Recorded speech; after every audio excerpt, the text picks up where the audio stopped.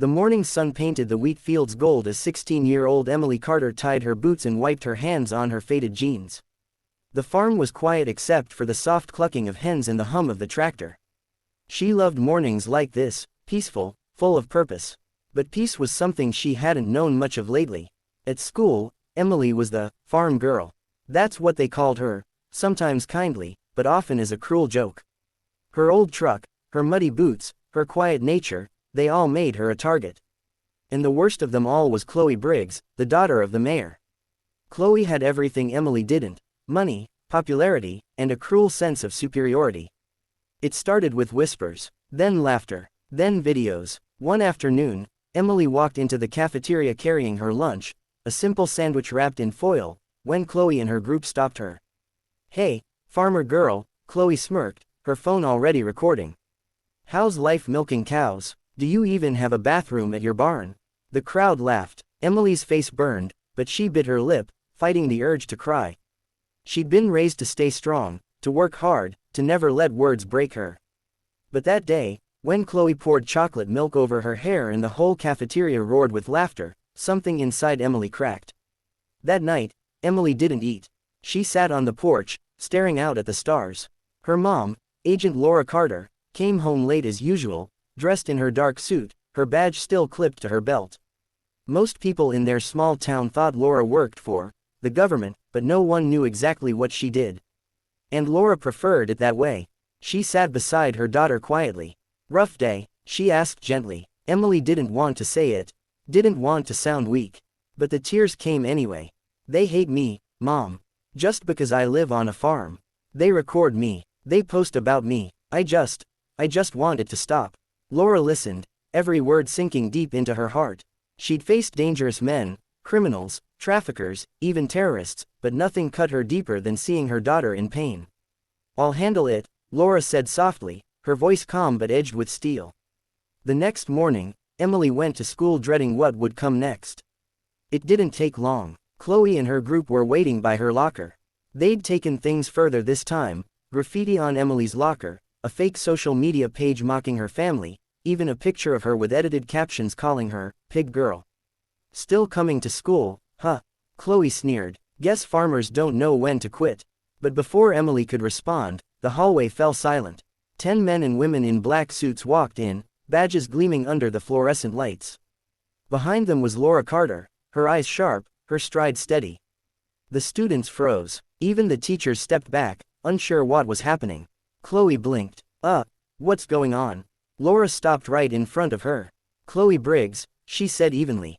"You and your friends are under investigation for harassment, cyberbullying, and distribution of defamatory content targeting a minor."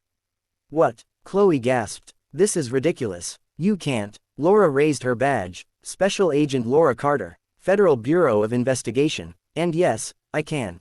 The hallway erupted in whispers.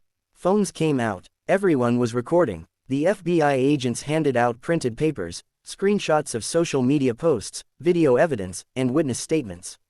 Every cruel thing Chloe and her friends had done was there, documented and traced. One of the agents began reading their rights. Emily stood frozen. She hadn't expected this. She'd just wanted the bullying to stop, not this. Laura turned to her daughter, her voice softening. "Sometimes, sweetheart, people mistake kindness for weakness. But you stood strong. You didn't retaliate. You held your dignity. That's power." Chloe's father, the mayor, arrived within the hour, red-faced and fuming. "You can't arrest my daughter," he shouted. Laura faced him calmly. "You should have taught her what integrity means instead of teaching her she's untouchable." The confrontation made headlines the next day. Mayor's daughter charged in cyberbullying case led by FBI agent mother of victim. It was everywhere: TV, online, social media. Suddenly, Emily wasn't the farm girl anymore. She was the girl who stood up to bullies and won. But even then, Emily didn't feel triumphant. What she wanted wasn't revenge. It was respect. A week later, Laura took Emily back to the school, this time, not as a victim, but as a speaker.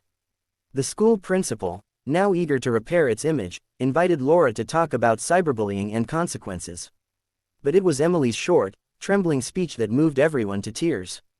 "I used to think being quiet made me weak," she said to the assembly hall. But I learned that staying kind in a cruel world takes more strength than fighting back. I just wish it hadn't taken this much pain to prove it. From that day, things changed. The school started new anti-bullying programs. Students who had once ignored Emily started greeting her.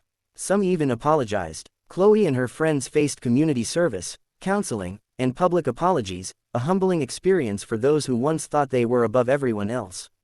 Life on the farm went on, the sun still rose over the wheat fields, and Emily still worked the land with her mom beside her. But now, she held her head higher. One evening, as the sky turned pink and orange, Laura looked at her daughter and smiled. "You know, Emily," she said softly, "strength doesn't always come from power. Sometimes it comes from standing tall when no one else will." Emily smiled, brushing her hair out of her face.